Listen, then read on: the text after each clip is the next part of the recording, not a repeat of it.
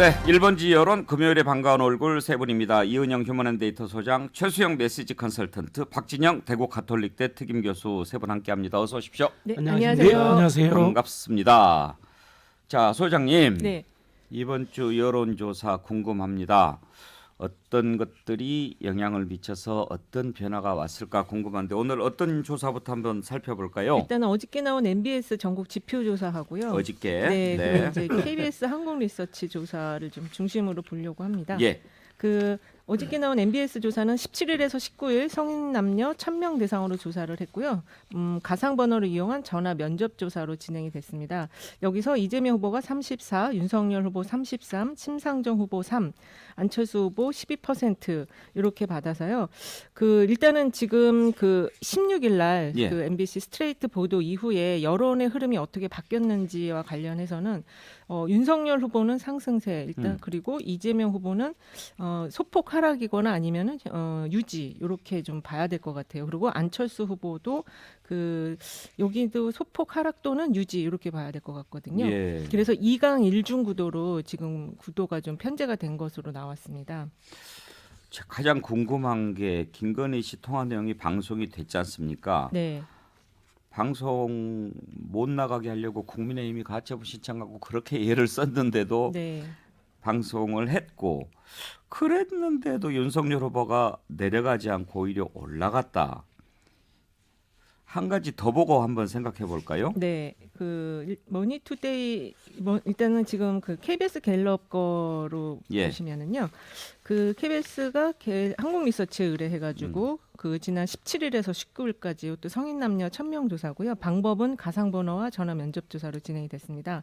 여기서 이재명 후보 34.5, 윤석열 후보 33.0, 심상정 후보 3.0, 안철수 후보 12.9 이렇게 해서 지금 MBS 조사랑 거의 같은데요. 거의 비슷하게 나왔습니다. 예. 예. 그리고 그 머니투데이 갤럽 조사도 하나 잠깐 예. 보면 요것도 17, 18일 날 조사가 됐고요. 요거는 머니투데이와 갤럽은 그 유선 전화가 10%인가가 들어가요. 예. 가상 번호와 유선 전화가 10% 들어가고요. 여기서는 이재명 후보 34.9, 윤석열 후보가 36.1, 심상정 후보 3.9, 안철수 후보 13.5로 해서 여기서 이제 윤석열 후보가 이재명 후보를 조금 앞서는 그런 결과가 나왔는데 어쨌든 세 개 조사 모두 다 오차 범위 이내에 그 격차를 보이고 있는 상황이고요. 예. 그 일단 추세선으로 보면 윤석열 후보는 지지난주가 워낙 하락폭이 컸었기 때문에 이제 거기서 반등이 된 거고 이재명 후보는 유지하는 선에서 약간 미세한 소폭 하락 정도 이렇게 좀 볼 수 있을 것 같아요. 항상 추세가 중요하다고 그러셨잖아요. 네. 그럼 이제 추이를 쭉 봤을 때 하락세, 상승세 이렇게 볼 수 있는 부분은 없나요? 그 지금 일단은 이제 그 머니투데이 조사를 보면은 그 이재명 후보가 2주 전 조사 대비 2.7% 포인트 하락했고 예. 윤석열 후보가 6.9% 포인트 상승을 했거든요. 네.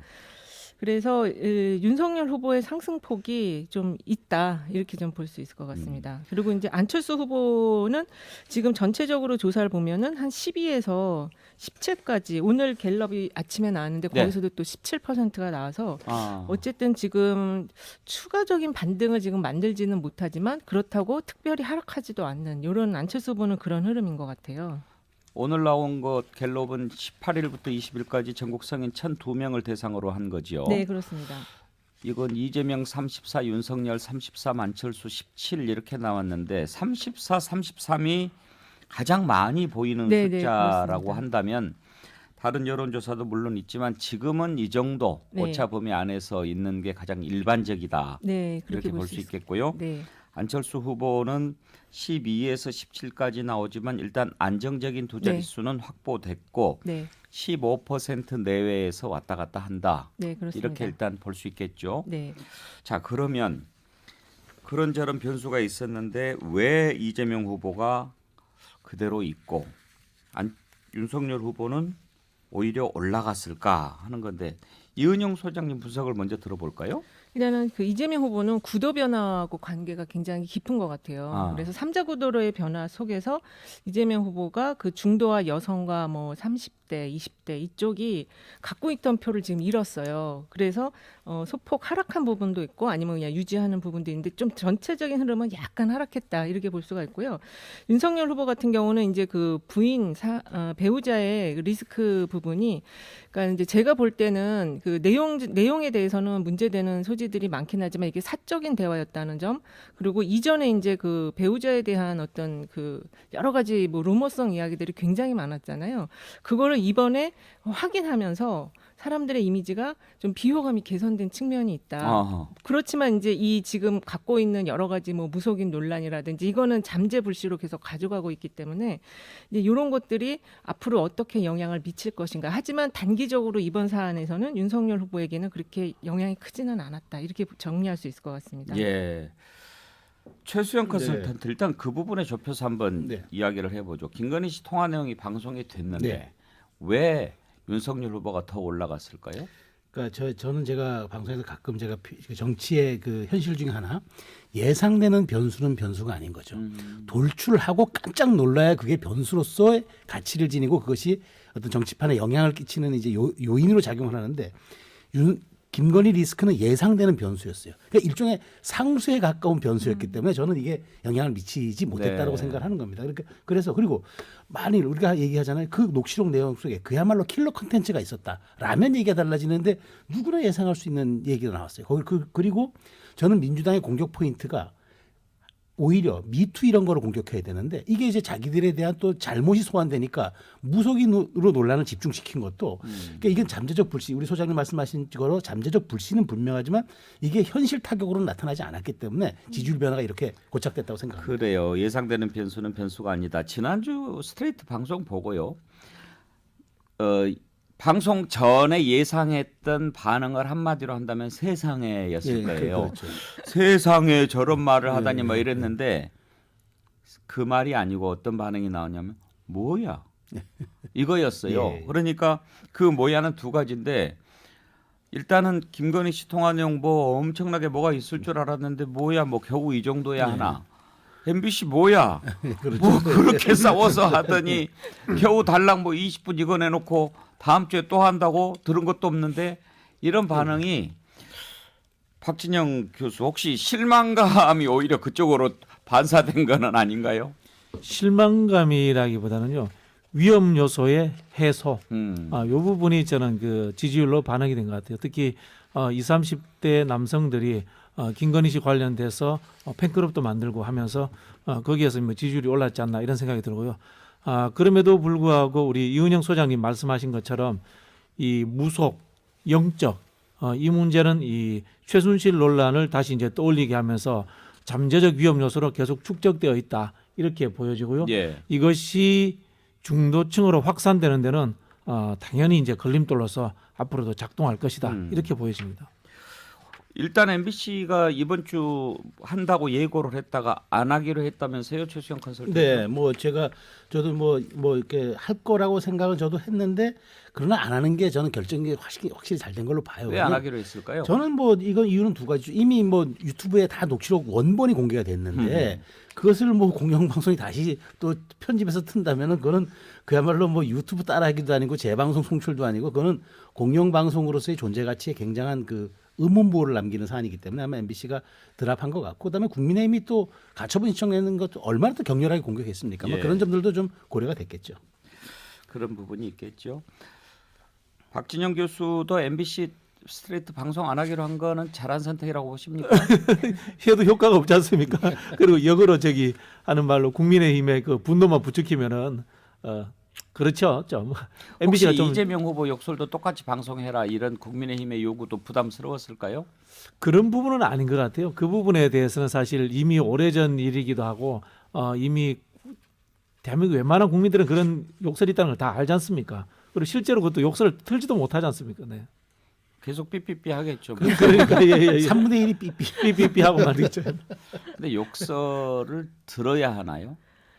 그렇지 않죠. 그렇죠. 그 이제 제가 이제 우리 이 상황 보면서 이제 무속과 욕설 이렇게 이제 대결처럼 돼 있는데 이게 정치라는 게 우리가 이제 상대적 진리거든요. 50보 100보는 확연히 달라야 되거든요. 무속이라고 하는 것은 이 국정 운영이라든가 공적인 영역 그것이 결합되면 상당히 위험한 거지 않습니까? 그렇게 보는데 욕설의 문제는 사실은 지극히 사적인 영역이죠. 예. 근데 사적인 영역이나 또 검증 이런 걸 떠나서 그런 생각은 저는 들어요. 제가 이재명 후보 지지하거나 뭐 이런 차원을 넘어서 지지한다고 뭐 하지도 않지만 아무리 검증한다고 해서 욕설을 지상파 그것도 공영방송을 통해서 국민들한테 들려주어라라고 요구하는 것은 그건 정말 국민에 대한 모욕이 아닌가 생각이 돼요. 그렇죠. 저도 그렇게 생각하고요. 제가 지금 그 유튜브를 한번 쫙 검색을 해보니까 3년 전에 이미 다 다뤘던 욕설 내용이에요. 그 3년 전이면 아마 18년 저 지선 같은데 그때도 이미 지금 이재명 후보의 그 욕설 녹음이 그때도 그냥 대대적으로 보도되고 막 그랬었거든요. 근데 이걸 다시 또 한다는 거는 그래서 이번에 지금 포인트가 그 김혜경 여사의 웃음소리가 뭐 괴기스럽다 이걸로 지금 얘기하는데 물론 이제 듣고서 굉장히 좀 별로 안 좋게 느끼실 분들도 있겠지만 그것 때문에 후보의 지지를 철회하거나 더 한다거나 이러지는 않을 것 같아요. 저는 저 두 후보에게 좀 제안을 드리고 싶은 게 국민 귀를 정화시키고 치료하는데 건보료를 좀 적용시키고 사실 이거 대단히 국민들 피곤하고 그렇죠. 말도 못하고 짜증나고 또 나오니까 듣고 볼 수밖에 없잖아요. 예. 건보료 공약, 탈모 이런 것도 좋겠지만 그런 것보다는 오히려 국민들 귀 치료를 전 국민에게 동일 적용하겠다 공약했으면 좋겠습니다. 안철수 후보가 그런 얘기를 했더라고요. 그래요. 그러면은 뭐 통화 내용 공개 다 하고 욕설 다 하고 두 사람 뺐으면 좋겠어요. 뭐 그러면 본인이 1등하니까 그런 얘기 했겠지만 그런 생각이 국민들한테 있기는 있을 거예요. 그렇죠. 너무 그렇죠. 이렇게 그렇죠. 막장으로 가니까 아무리 대선이 네거티브해도 이런 막장 대선은 처음 봤어요. 너무 국민들을 힘들게 하는 두 후보들입니다. 정치권이 좀 각성을 했으면 좋겠습니다. 박진영 교수 잘 좀 전해주세요. 근데 그게 후보를 뽑아놨기 때문에 각성한들 별 방법이 없어요. 다만 이제 그런 쪽에 신사협정처럼 네거티브 하지 말자. 뭐 이 정도 협정을 맺었으면 좋겠어요. 네. 네. 본인한테 도움이 될 것 같으면 네거티브 막 하다가 또 불리해지면 또 그런 것 같다. 그렇게들 또 국민도 생각할 텐데 아무튼 너무 이쪽으로 가면 항상 제가 얘기하지만 이 선거는 민주주의의 축제이기도 하지만 자라나는 세대들한테 정치가 뭐고 나라가 어떻게 가야 된다고 교육을 해주는 교육의 마당이거든요. 교육의 장인데 지금 우리 자라나는 애들이 대선 보니까 뭐 이런저런 욕설 가지고 싸우고 이런 게 대선인가 이렇게 생각하지 않겠어요? 그렇죠. 자, 아무튼 뭐 한탄하고 있을 때는 아니고요. 이런 조사에 또 어제 그제 네. 윤석열 후보가 홍준표 후보 또 최재형 후보 만나면서 이렇게 막 당이 좀 시끄럽지 않습니까? 아직은 이런 당내 갈등이 여론조사에 반영될 시간적인 여유는 없었다고 봐야죠. 네, 그렇습니다. 그리고 그 아까 잠깐 그 김건희 씨 녹취 관련한 게 갤럽이 머니투데이가 갤럽에 의뢰해서 한 조사의 한 문항이 있는데 이 7시간 통화가 윤석열 후보 지지율에 미칠 영향 해가지고 물어봤는데 별 영향 주지 않을 거다가 40.8, 부정적 영향 줄 것이다가 36.4, 긍정적 영향을 줄 것이다가 12.4가 나왔거든요. 예. 잘 모르면 10.4가 나왔는데 그래서 단기적으로는 지금 별 영향 주지 않을 거라는 의견이 우세하지만 부정적 영향 줄 거라는 의견도 36.4가 나왔어요. 그래서 그 특히 이제 그 선대위에 보통 무속인이나 종교인들이 결합되는 거는 좀 이렇게 대체적으로 선거에서 많이 좀 하긴 하지만 이제 그것과 관련해서 특히 그 후보자와 그 개인적으로 되게 친밀도가 높은 걸로 지금 후속 보도 나온 걸 봐서 그것이 이제 향후에 어떤 하나의 불씨로 작동을 할 수 있다 이렇게 좀 보고 있습니다. 예.